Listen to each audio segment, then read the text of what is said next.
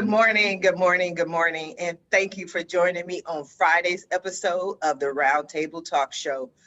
It's Friday, and you know what that means. I didn't tell our guests, but I always tell people you don't want to be on my Monday show or my Friday show. And why is that? Mondays, I've slept all weekend. I'm rested.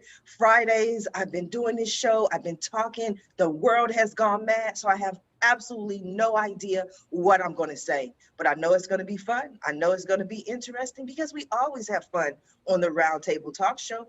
That's what we do. So I'm going to ask you to do what I always ask you to do every day, no matter what day it is, Monday through Friday. I make the same request for you to go out and be an evangelist for the Roundtable Talk Show, because we need your support. And not only do we need your support, but your friends, your network, they need your support. They need the information that we share every morning, weekdays at 8 a.m. Pacific. So if you haven't shared this information, what kind of friend are you? Share it with your network. Friends don't let friends miss out on the Roundtable Talk Show. Now, while you're sharing the show, I'm going to go ahead and introduce our first guest. We have a real life angel from heaven on the show. Yes, we do. We got an angel here just for you. Now, Angel from heaven is also known as the CEO Confidant. He's an influencer, international TV host, public speaker, CEO consultant, board member, and philanthropist. In the last 21 years, Angel has empowered more than 1,500 CEOs in 33 different countries. He was born near Barcelona, and he has lived in 8 countries and speaks 5 languages. So I guess we'll have to see how he's doing during this global pandemic. Angel, good morning. How are you? Good morning. Very, very well. Thank you. What an introduction. I have to say it's the first time ever I've been introduced like that. So this Friday will definitely go to history. Thank you so much. I like making history. I like making history. It's fun. You're already making history. And thank you obviously to all the audience watching us. Absolutely. I love your background. I love your background. Now, you're a world traveler. You're all over this place. How has it been for you over the last year? Because I'm pretty sure your travel has been, maybe slightly altered. Well, totally altered. Totally altered. And not because of the restrictions. Well, it's mostly because, you have to stay in places like for 1 week or 2 weeks to quarantine and these kind of things. But thank God, we have remote working tools that we can use. But last year, as answering to your question, last year has been a year of awakening.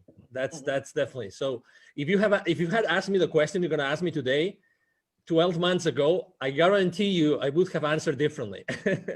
So that's the best thing I can say right now. So what have you been up to? You have all these accolades. You're doing the most. You're saving the world. You're helping the people. What does a typical day look like for you? Thank you. A typical day, well, if I'm on vacation, it's different. But when I am working here in Dallas, Texas, basically, I take my kids to school. I have 3 kids. 2 of them still go to school. And after that, I just start my normal day. I have an intention experiment I've been doing for the last 3 years. For half an hour, I meditate with 8 other people from different places in North America.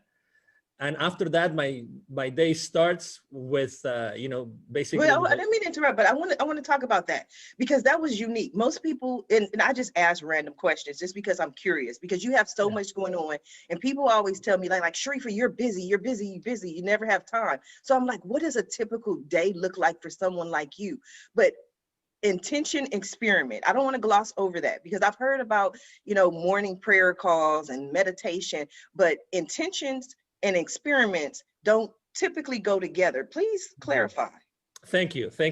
So basically, a few years ago, I went to a conference of a gentleman. He's of a doctor called Dr. Joe Dispenza.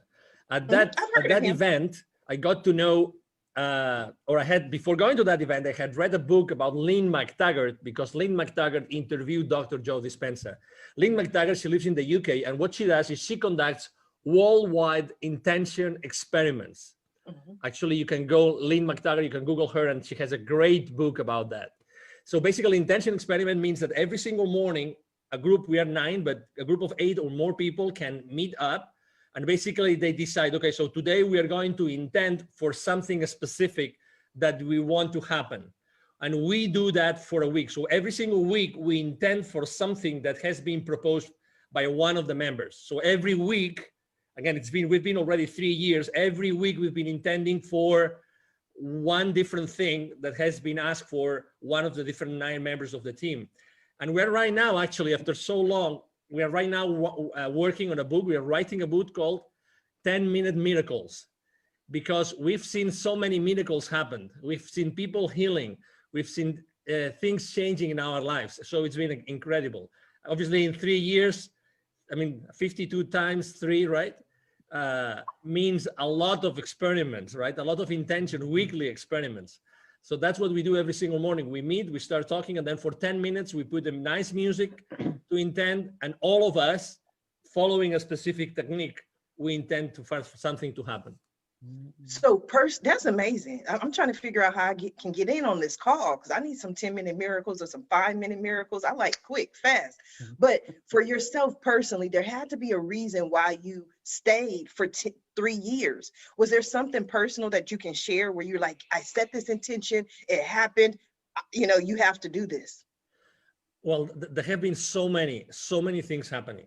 First of all, when 8 or 9 people get together every single morning, we establish a bonding that it's a bond that it's very difficult to break.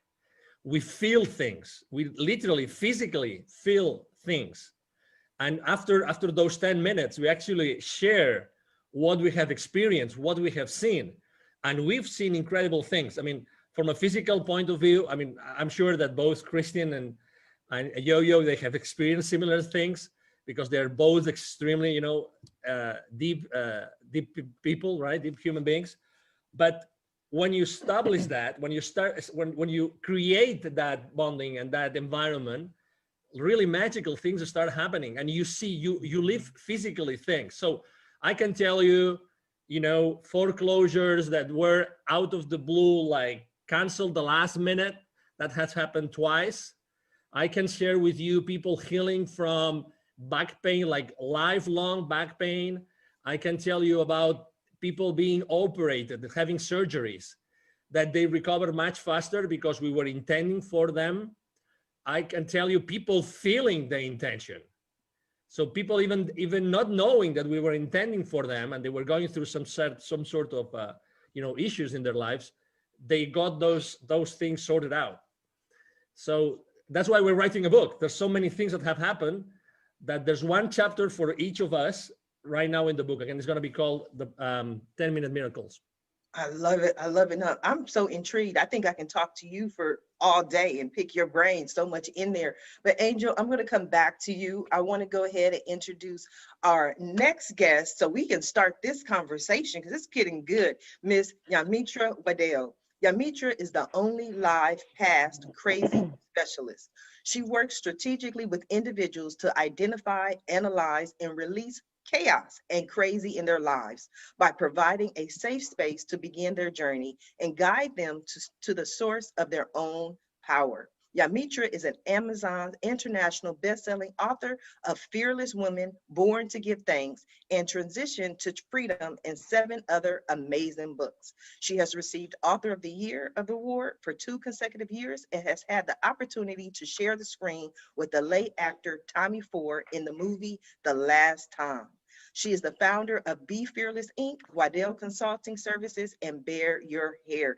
Good morning, Yamitra. How are you? Good morning. Y'all make me sound good. I like these introduction things. Everyone good at this. said that. I don't know why. And I'm like, hey, I just read what you send me. I got to be careful, though, because so much better when you say it. Somebody's going to send me some bio and I'm just going to read it. It's like, I'm the king of America. I'm like, I don't know. Would you send it to me? I'll read it. Tommy Ford. Oh my God. That was a loss. I love, I grew up. We all grew up, I think, for the most part, watching Tommy. Yes, what a great loss. Good morning. How you doing today? I am doing peachy today. It's a great day. So I'm happy to be here. I'm excited And I would just like to tell Angel, I am a Joe Dispenza fan. Yes. I have the majority of his books, and I think he's just an awesome human being. I love him.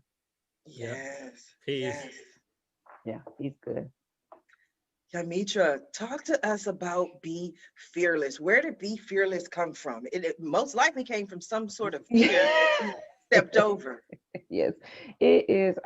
It is a story for sure. So I go by the tagline, "The only live past crazy specialist," because I know crazy, and your crazy doesn't have to be like my crazy. Your crazy could be the normal crazy, life, kids, your career, all the crazy. My crazy and Be Fearless came from being a survivor of domestic violence, and my abuser just happened to be the pastor of the church, and so to be the first lady and be the woman in front that everybody's looking to, and then being abused, it was hard. And from going from that to living in a shelter to, now finishing my PhD and owning a couple of businesses, you have, and Be Fearless, I would have to say, is understanding that regardless that this fear is here, my vision and my mission is not changing. Fear is going to have to go with me on this journey. Like, you don't have a choice. And so being fearless is understanding, acknowledging, yes, I'm afraid, but that has nothing to do with the fact that this is where I'm moving to and this is what I'm getting ready to go and do. What gave you the strength to get out of this situation? Because like you mentioned, for most people, the church is the rock of not only the community, but the family, right? So it's like getting divorced twice to me. I look at it like that, because you're divorcing this community and then also Okay. divorcing or getting rid of this person. Okay. So Yeah. what was that like for you? It was extremely hard because he had been a minister for 30 years. Who was going to believe? And then you have to look at the dynamics. I was 25, he was 51. We just had a kid. My family was 400 miles away. And who were they going to believe? A pastor who had been pastoring for over 30 years, or this young girl who seemingly married a man of status? And are they going to believe you? Or are they going to believe him? And so I essentially found myself fighting in the church, the FBI, because he reported me, said I kidnapped the children and moved states away. And it was a whole host of things. So on the day that I left was the day that I decided that I wanted to live. And I think it's a very fine line. And what I applied to that in life is sometimes we all have obstacles. And I break it down really simple. But did you die though? Like, you have to make a decision. But are you going to die when you make that decision? If the answer is no, then you have every right and every tool that you need to make that decision. And that's what I did. Like, I knew it was going to be hard. Who wants to live in a shelter and pick up pennies off the street with two kids? I certainly did not. But I knew that I the way I think, and this is where Joe comes in, that's why I love him so, that my current reality is just not, I don't agree with it. So I don't have to admit to it and I don't have to be subject to it. So if I can think a different thought, then that's what I'm going to do. And it has been a 16-year journey of living past crazy. And I'm a firm believer every day to give my words and my breath direction. So before I get up every morning, I give my words and breath direction to accomplish something every morning, even if it's to find abundance, to find the answer that I'm seeking, whatever it may be. That's what I set out to do, because I believe your words are absolutely powerful. Period.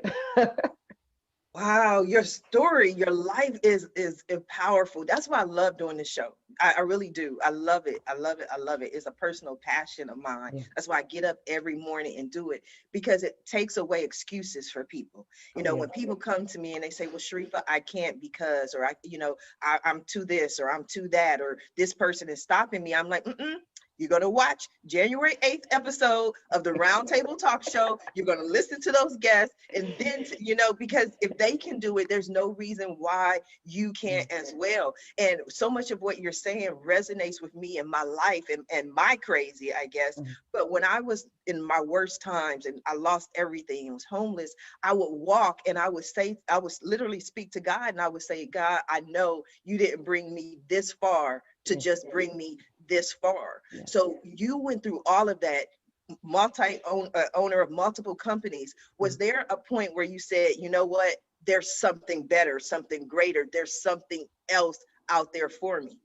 Yeah, oh, absolutely. I'm a fan of quotes and affirmations, and I'm a nerd. And one of the things that I could not do when I was married was go to the library. And the first day that I left, I went to the library and I was like the little kid. I faced the wall, and I love to smell books. I know that's strange, but I love the way books smell.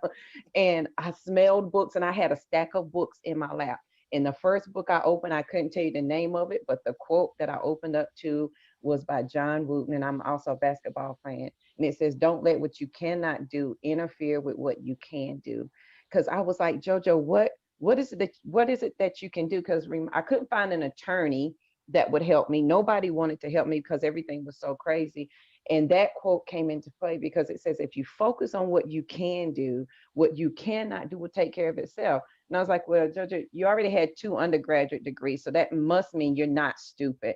And so I learned the laws of North Carolina for representing myself, and I went to court and represented myself, won the case, and I live by that quote. Don't let what you cannot do interfere with what you can do, because what you can do is a lot more than what you cannot do. That is just what you choose to focus on. So I live by that quote, and then 2 more.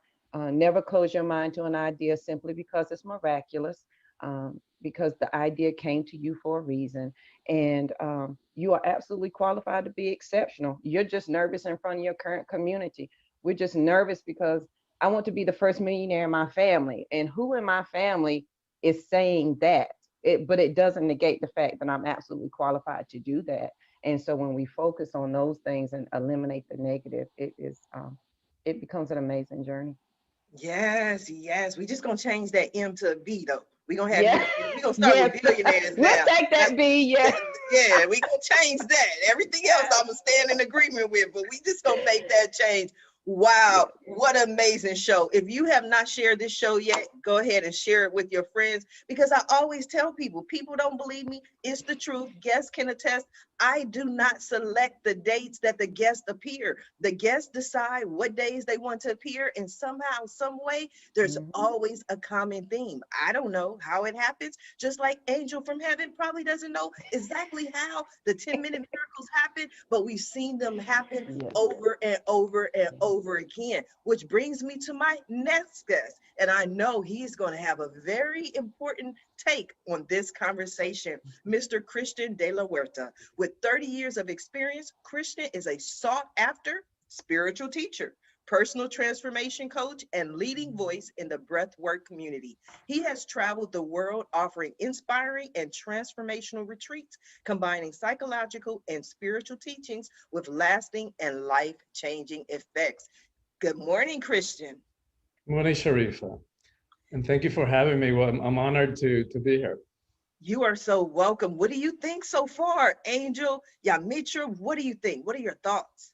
Well, I'm touched and inspired, like putting myself in the place of your audience of entrepreneurs. It's like, what powerful messages for entrepreneurs, messages of vision, of overcoming challenges, of persistence, of resilience. And I know, from like your own story of having been laid off 8 times, and yet You did your not homework. allowing any of that to hold you back. And here you are, going from state senate in California. It's like, wow, that's powerful and inspiring. And I love Angel's vision of, which he hasn't really talked about, but working with kids and his vision for empowering kids. And Yamitra his story is so touching. And the powerful message that if she can overcome that, is like we can overcome anything. And also her message of empowerment for all of us. Yes. What is Awaken the Soul of Power? Because I'm pretty sure it's going to resonate today. Yeah, well, it's a book I just released, and it's the first of a series of 3. And the title of the series is called Calling All Heroes. So what does it mean to live a heroic life in the 21st century, where probably we don't have the horse pitched outside and the armors and the demons to slay, except the ones in here. So the first book is about personal empowerment. Like, how do we step into personal power in a way that's not about hierarchy, control, fear, force, domination, that doesn't require for us to push anybody down. place our knees on their neck in order for us to prop ourselves up and feel powerful. So how do we do it in a different way? And the thing about it is that most of us have an ambivalent relationship to power. And we want it and we long for it, but we're afraid of it.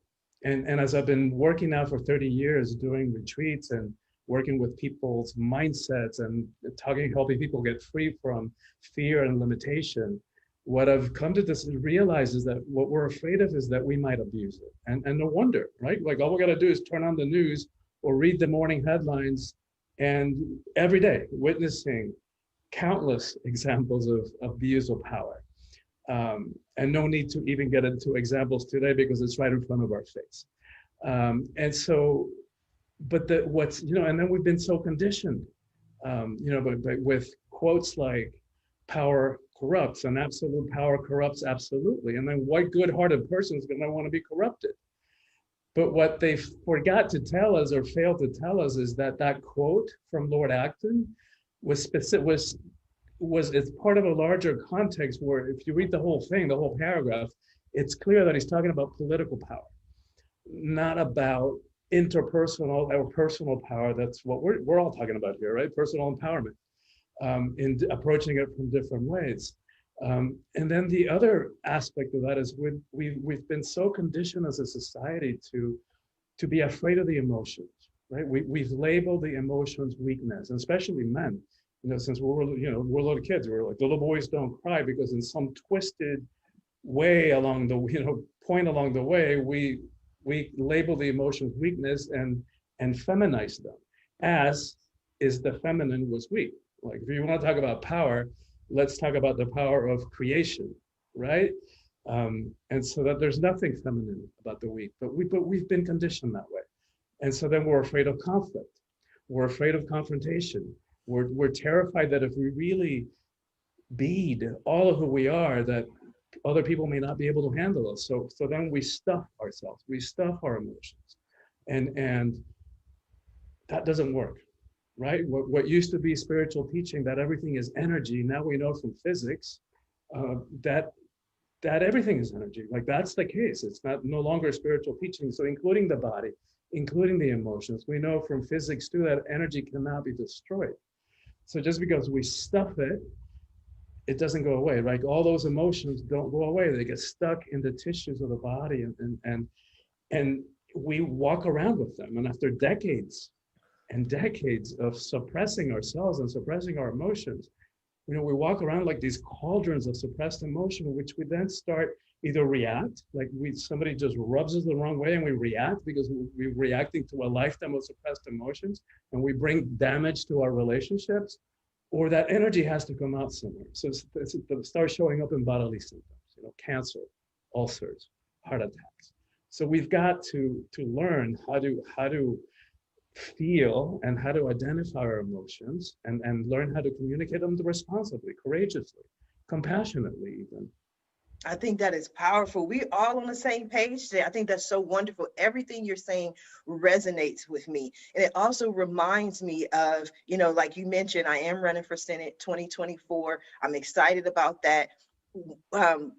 In 2018, I went through this journey, right? For some reason, I started meeting all of these psychics and channels and mystical woo-woo people, and everybody, I would have all these different sessions, and one person after another said the same thing. They would say, Sharifa, you're not standing in your power. And I'm like, okay, thank you. I don't know what that means, but thank you. And then I go to the next person and they say, Sharifa, you're not standing in your power. And I say, okay, thank you. I don't know what that means, but okay, 2021, I know exactly what that means.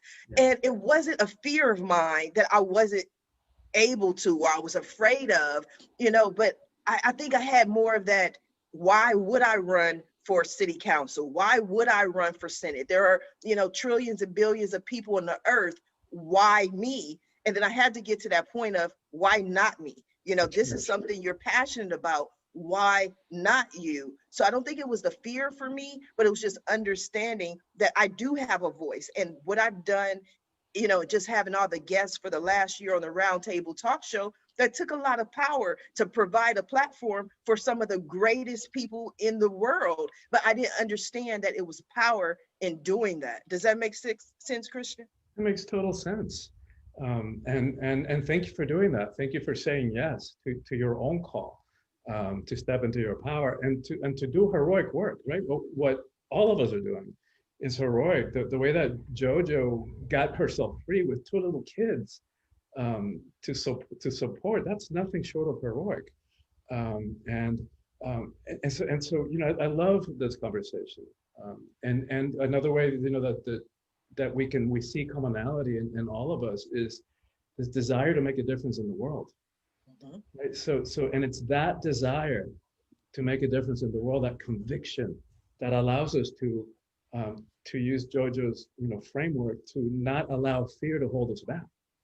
Right? So that desire to make a difference, our sense of service, our sense of conviction is greater than that fear that no longer holds us back. And that's, I love that word fearlessness, because we're confused about what that means. And like JoJo, embodies and teaches, it doesn't mean that we no longer feel fear. It just means that we no longer allow fear to hold us back. Yes. You made an interesting point though, Christian. I want to ask JoJo, because in everything I've done, being laid off 8 times, losing everything, even this entrepreneurial journey that I've been on since 1994, people always ask, why did you do it? And I'm like, because my kids said, Mom, we're hungry. There wasn't this deep rooted, I want to save the world. My kids were like, Mom, dinner needs to be served somehow, some way. So JoJo, when Christian looks at you and he's like, you know what, just getting these 2 kids out of this situation, that's powerful. And I agree wholeheartedly, there's power in that. But at that moment, were you thinking about the power, or you just like, I got to get out of here? Oh my God, I was thinking, and I'll just give y'all a quick backdrop. The day I left, my abuser had taken advantage of me in front of our 3-month-old, who was a preemie, who had just got out of the hospital. And so she was only 60 days old, and she only weighed 4 pounds. And so he had taken advantage of me in front of her. And I tried to kill myself that morning. And then the next morning, that night, he tried to have me committed to a mental hospital. And I was like, this can't be my life. Like, is this going to be my life statement? And then that morning, July 26th at 7:30 in the morning, I stood at that front door and I cried for 35 minutes, because I knew when I opened up that door, it was going to say door open. And he might have been a heavy man, but he was a quick man. I was like, either I'm going to die trying to leave here, I'm not going to willingly let you kill me. And that's exactly what happened. Mind you, my family was 400 miles away. I didn't know a soul. I had no money. I drove a car. The front wheel fell off if you went over 45. There was no tag, no registration, and no insurance on the car. So when I left, it was the last thing it was my last ditch effort to say, if you're going to live, today is the day. Well, you better put all the living you got in this moment right now. Come hell or high water. That's all you got. And that is what allowed me to walk out that door. Now, has it been easy? No. The lights off, power off, gas off. I'm eating once a day, asking my coworkers, "You want to finish your lunch so I can eat?" So whatever's at the house, the kids can eat. But it's in that moment that you have to decide: do you want to live or die? And I think that sometimes this was my crutch. But it's so hard. It's hard to make a decision. I don't know. It's not hard. Making the decision is the easy part. What's hard is dealing with the ramifications that come with the decision.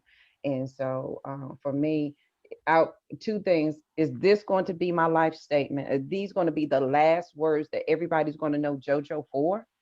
And are you going to put all your living into this moment? And if that's what you're going to do, then sister, you better get moving. Absolutely. Angel. If I may add something, after hearing both Christian and Yo-Yo, probably they don't know, nor Christian nor Yo-Yo, and they don't know, but Tony Robbins has been quoting you for the last probably 10, 15 years when he says that we are so fearful of our own power. Yes. And that's probably why we don't step into it so easily, because we are fearful of ourselves and what we can do with that power, right? So I was having chills as I was listening to both of your stories. It's definitely magic what you have what you are building here today, Sharifa. Thank It is. you. And Thank I you. would say, and Angel, you saying that reminded me, I have a journal. I host the Fearless Morning Show weekdays on Facebook at 7:15. And so we talked about this a couple of weeks ago. In my journal entry from April of last year, I wrote a note to myself, and it was like, JoJo, why are you so comfortable in the darkness? And my answer to myself was because I was so afraid of my light. I was afraid of the brightness of my light. And I think we all can agree that at some point we found a journey that spoke to who we truly are. And it began in our mindset because our mind is our superpower. And it was there that everything that we decided to embrace the light instead of the dark. Yes. Angel, have you had a moment when you felt like you were not standing in your full power or you were afraid of your power? Well, so many times. If I had to choose one, probably it would be when I left corporate America. Mhm. That was 5 years ago. And, although I had been, I mean, it's funny because when you read my bio, it sounds so wow, right? That eyebrow raising effect. But can you believe it or not? I mean, I was really like, oh, I don't know what I'm going to do. I don't know if I don't know what I have really done in my life. I mean, I don't know if what I have learned or what I have done to others or for others is going to serve me, really. So, when you said, the famous imposter syndrome, Yes. that, Yes. you just, you go from a very structured, massive, I had worked since the 90s for large multi-billion euro corporations, and suddenly you are by yourself, right? And I was, and you say, well, I don't know what I'm going to do. And I was extremely fearful. And it took to me many months, I have to say, many months to actually just sit down, take a piece of paper, so easy, take a piece of paper, a pen, and start writing my accomplishments or what I had done throughout my entire career. Then when I started to, write down some numbers and making some calculations, it was then when I realized, well, maybe that's something, and maybe I can add value to someone's life and someone's business with what I have done.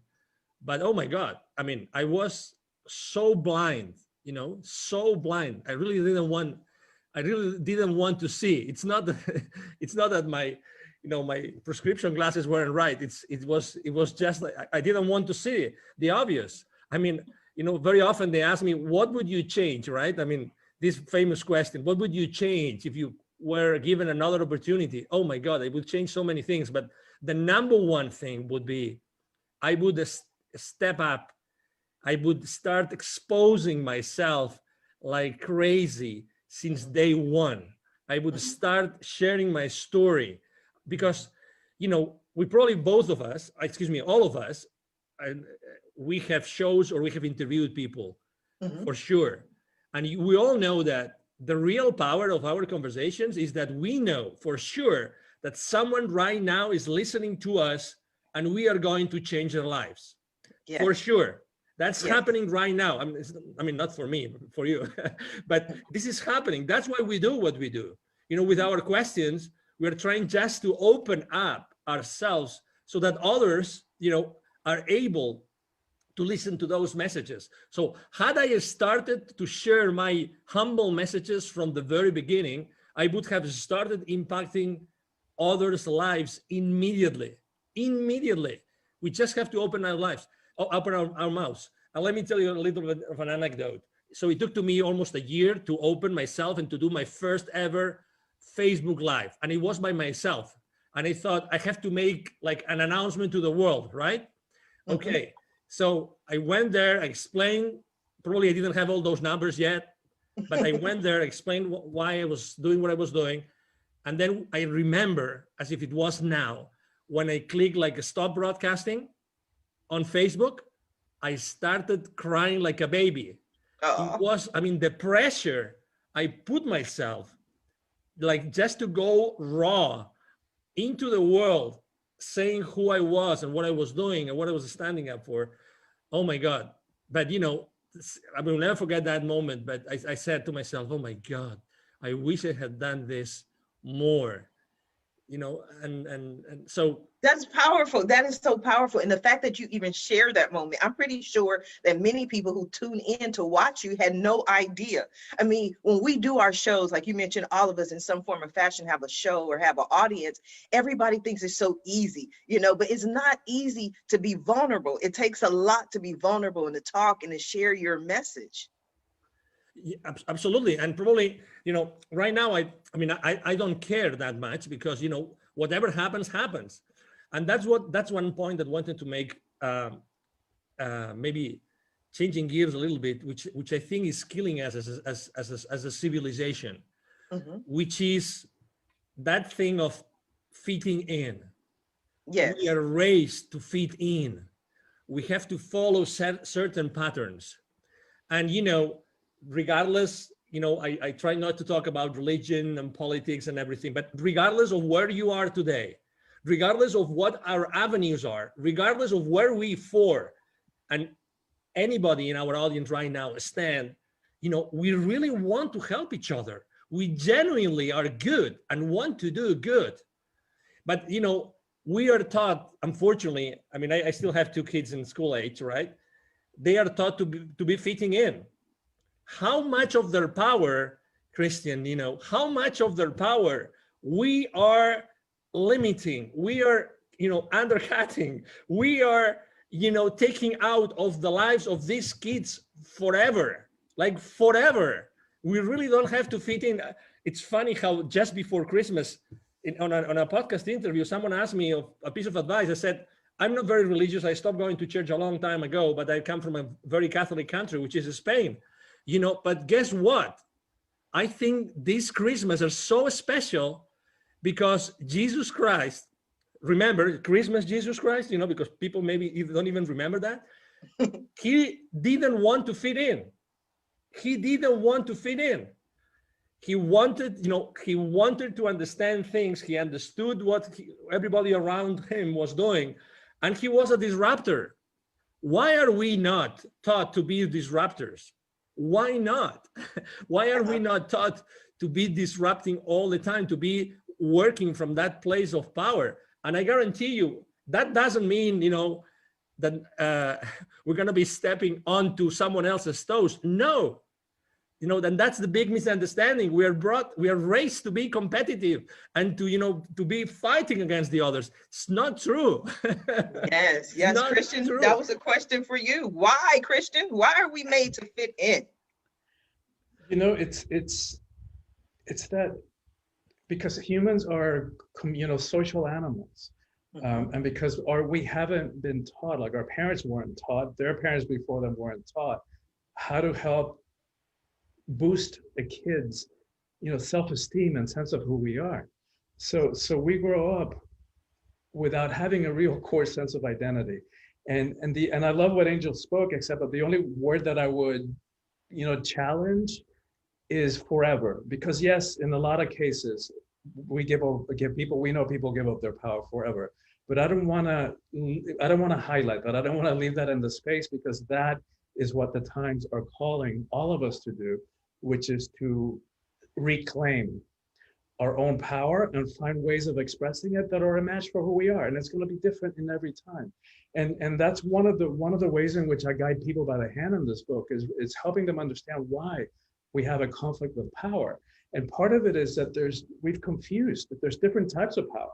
So one of them is, I talk about worldly power or egoic power, which comes from the ego mind, which we don't have time to get into today. But one of some of the qualities of that are we associate power with things that are outside of us, external. Like we tend to associate people who have money, who are famous, who are some part of they're either some part of a hierarchy. They're CEOs, or they have some political or religious hierarchy, or social or educational hierarchy. But the thing about those kinds of power is that because they're external, they're fickle, right? They're here today, gone tomorrow. Whereas the other kind of power, which I call soulful power, spiritual power, is inside of each one of us. Nobody can give it to us. Nobody can take it away.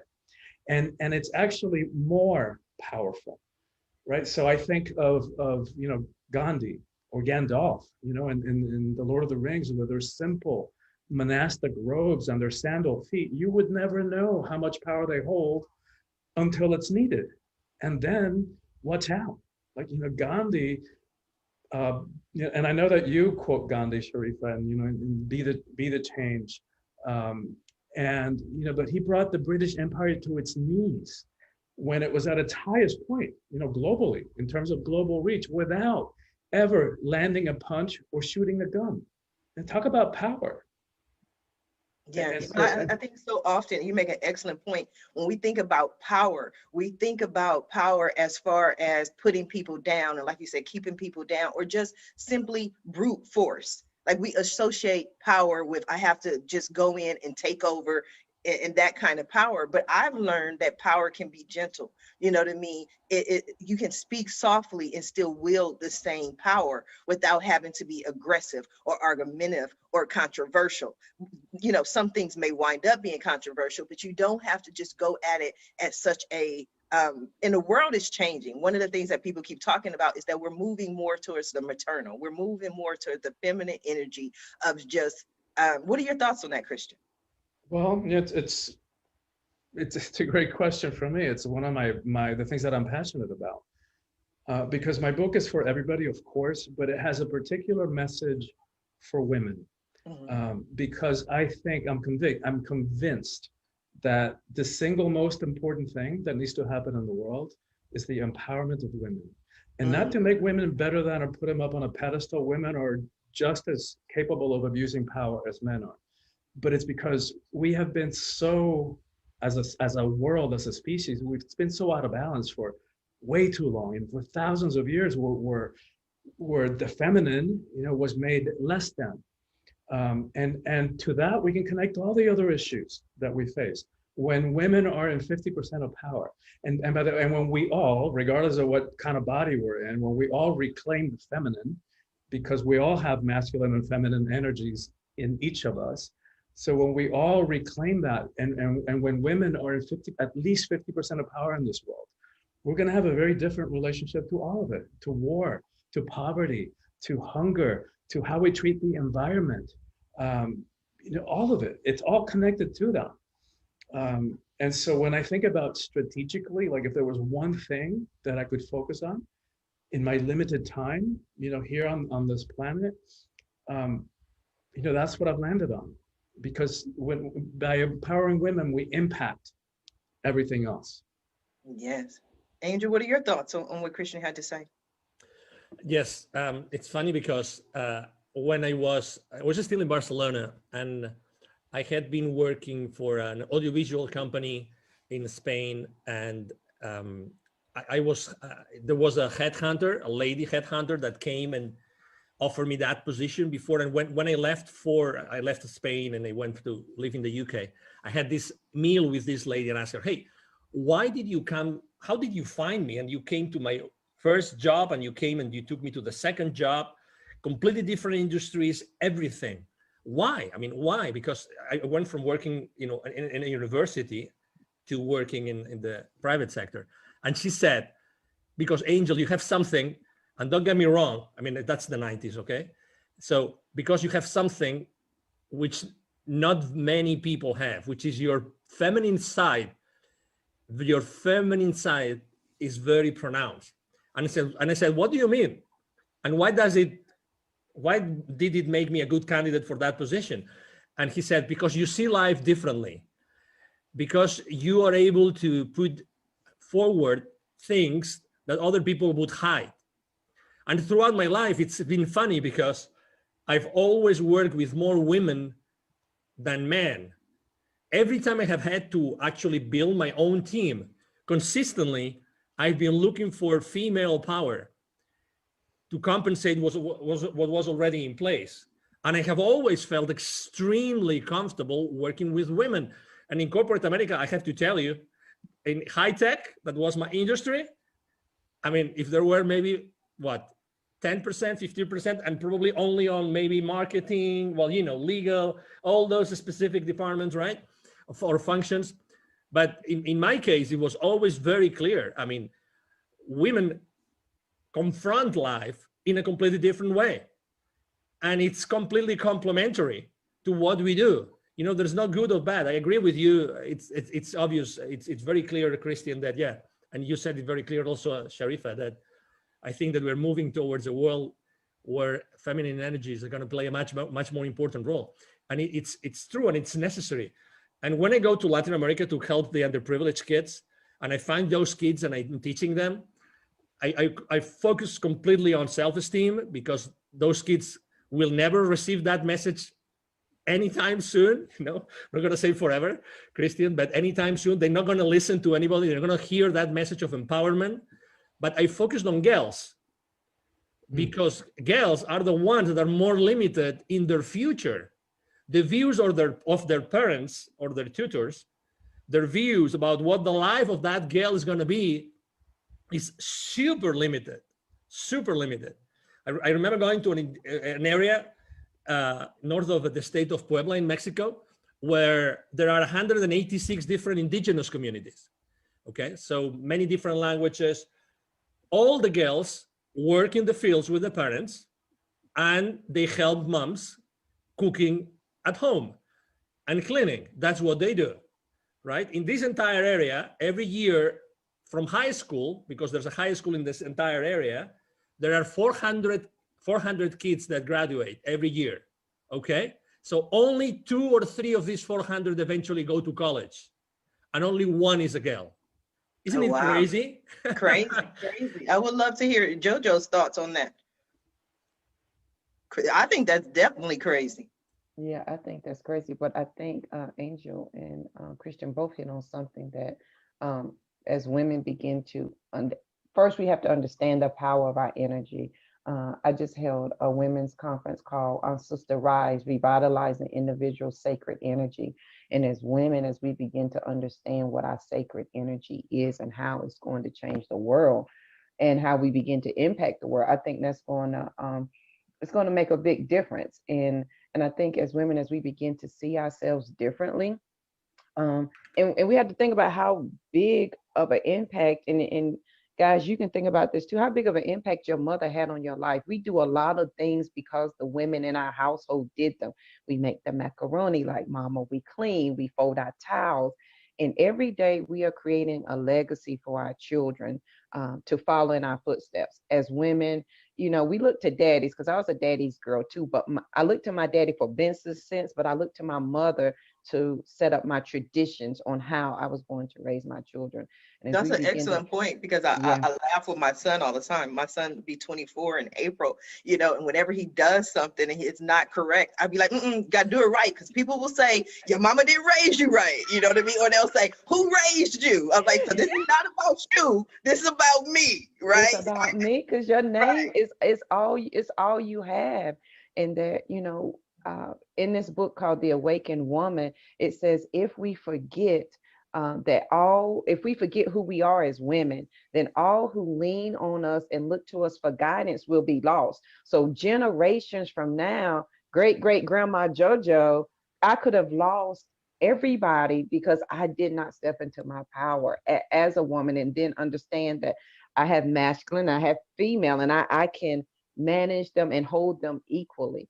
But I absolutely, this is my wheel. I love this kind of stuff. So I'm over here dancing with my feet because I'm having a good time. You know, it comes to you know, it's attributed to Betty White, which she's, you know, her incredible, unique sense of humor. She said, you know, we're talking about courage, and she goes, and I'm not going to do it justice, but she goes, you're talking about having balls. It's like, those things are weak. You just thump them and they bend over and they collapse in pain. You want to talk about courage? Let's talk about vaginas. Those things take a pounding. Yes. It's all in how you look at it. It's all in the perception. I love Betty White. I love laughter. I mean, that's the beautiful thing. Anytime I do stand-up comedy shows, it's always my brand, Laughter Heals. We need more laughter in the world. We need more people to remember who they are and stand in their own power. And it may not necessarily be easy, but I definitely think that it's necessary. JoJo, I want to go back to something that you said earlier in the show, when you were making, when you after you left the shelters, at what point, because I think this is very important for the audience, at what point did you really decide to stand in your power as far as being a business owner and be an example and start your conferences? What made you say, if not me, then who? Because I knew it was something I needed. No one was, and my pet peeve is giving somebody so much information that they're overwhelmed. I'm the person, I need JoJo, do step one and then do step two. And nobody was giving me that. And I was like, okay, let me start documenting what I'm doing. Like, how am I getting over this? How am I changing my mindset?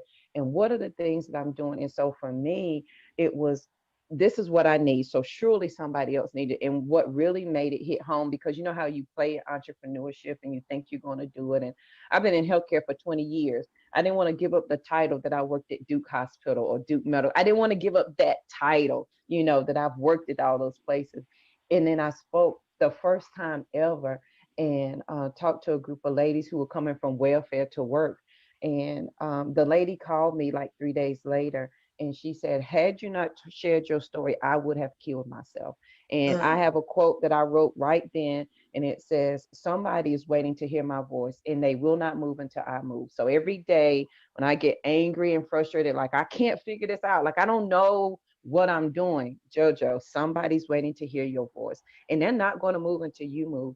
And so that was one of the biggest things that helped direct me to say, okay, you're gonna, honey, it came to you for a reason. You survived and you lived for a reason, and now you must do something with it. I think that is so, so powerful, amazing. Now, we are coming down to the last few minutes of the show, and I must admit, I have greatly enjoyed this show. Me At the too. end of every show, I just allow my guests to speak directly to the audience, to everyone who is watching this show live, as well as everyone who is watching it in the archives, and let them know what you want them to take away from your appearance here today. And we're going to start with you, Christian. Good. Thank you so much. And I want to, add one more thing for the men in the audience, because the current system, of toxic masculinity that we've been living in for the last, who knows how long, thousands of years, is not good for men either. Right? Of course, it's oppressive women in ways and in ways that are completely unacceptable and enough. But it's also been incredibly limiting for men. Like, no wonder men, have a shorter lifetime.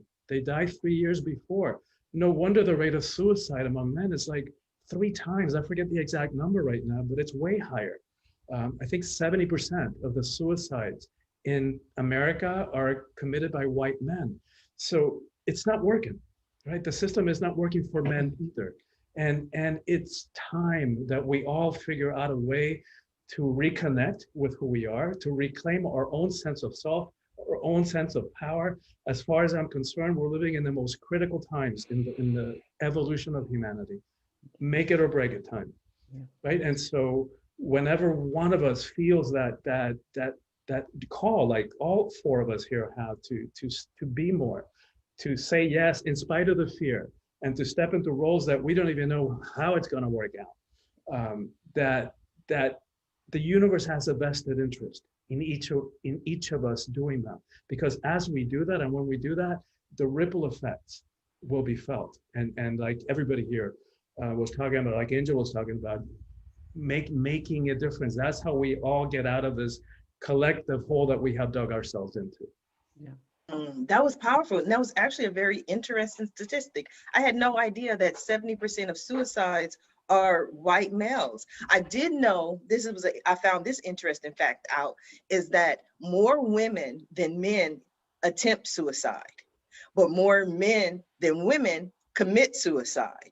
Is because men do suicide in deadlier ways. Women tend to take a bottle of pills and wake up in the hospital, but they live to see another day. Whereas men, they're done, they're final, they get the shotgun, and it's over. So very interesting. We have to heal the world so no one is in that position where they even contemplate or even think about suicide. And we're all here to help them. Thank you for that, Christian. Angel, what do you have for us? Thank you. One of my favorite sayings is taking perfect action now. And I do that because most of what I do is I help both, you know, corporate executives and entrepreneurs to accelerate the growth of their businesses through expansion and exposure using different techniques. And every single time, I'm very involved here in the Dallas area with the different business accelerators, business incubators, etc. And every single time I'm helping someone reinvent themselves, pivot in their businesses, I always have this same conversation. You all have an immense power inside to create wealth for the rest of the world. All of you. Tony Robbins says something which is extremely smart, which is, you know, your wealth is totally dependent and proportionate to the amount of people that you are able to serve. And I have to tell you that every single one of you have something inside your professional career, your life, that nobody else in the world has. Nobody. We all have lived completely different lives. Even if you think you are not adequate or you're not enough, you are already enough and you are already adequate. And you can already start.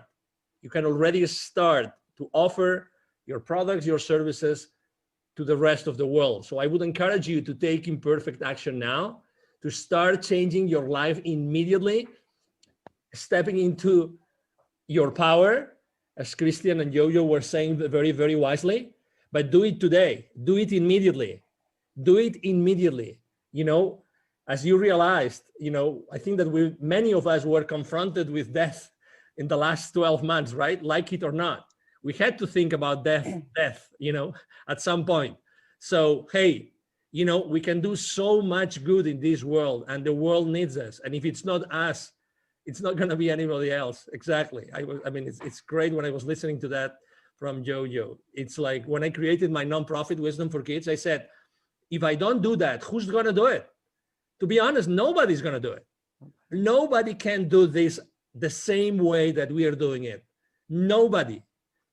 So I love your passion, Angel. You are passionate. I love it. I love passionate people. Totally. You are so passionate. Totally. So that's my 5 cents, Sharifa.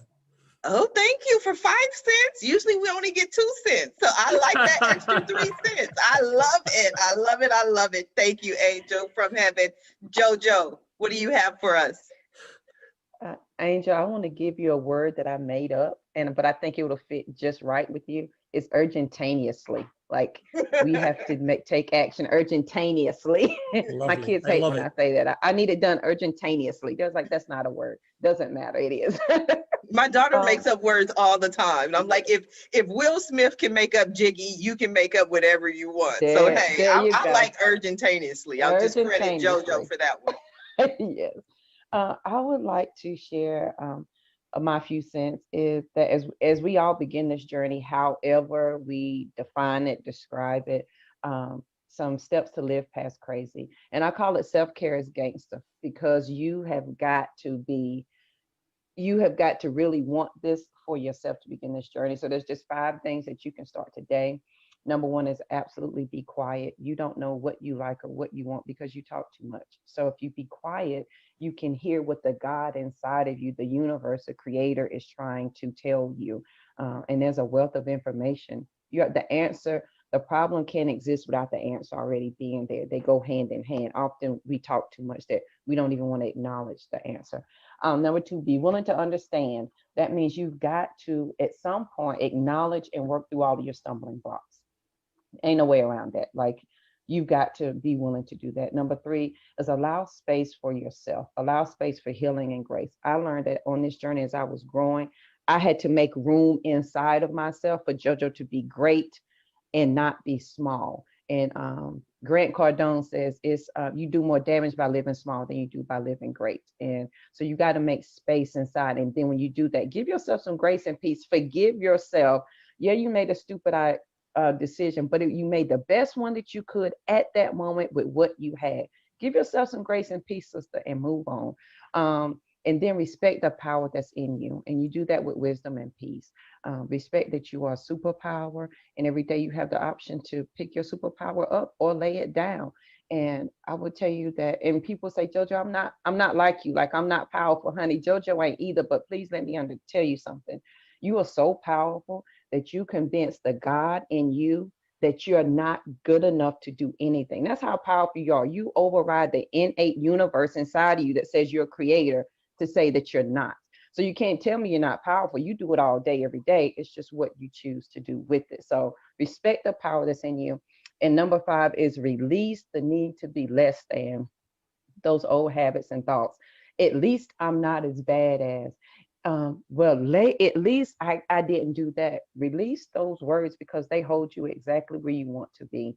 And it's not until we're willing to take responsibility for where we want to go that we're able to leave where we are right now. So as you begin this journey, I welcome you on your journey, because you couldn't have came any other day other than today, because you couldn't have understood it. You couldn't have received it. It would have never made sense. You would have said, JoJo's crazy for real. And I would take that title because I'm the only Live Past Crazy specialist. I'll handle that title. So as you begin your journey, I welcome you. It's going to be amazing, and have fun with the ride. Absolutely. I have truly enjoyed today's show. It has been an amazing show, amazing week. I want to thank my guests for joining me here today on the Roundtable Talk Show. And I especially want to thank everyone who tuned in to watch the show live, as well as everyone who is watching it in the archives. Just because you didn't catch the live show does not mean you're not important. You are very important. We still need your support. We still need you to watch the show, share the show, but please don't just watch the show. Please don't just share the show. Support our guests. Visit their websites. Pick up a copy of their book. They came here this morning to share their message just for you. So support them. Their information, their websites are in the Facebook post. And if you're interested in more ways that I can help your business, or maybe you want to be a guest on the Roundtable Talk Show, please visit my website at asharifa.com. Until Monday morning at 8 a.m. Pacific, everyone have a safe and a blessed weekend. Bye now.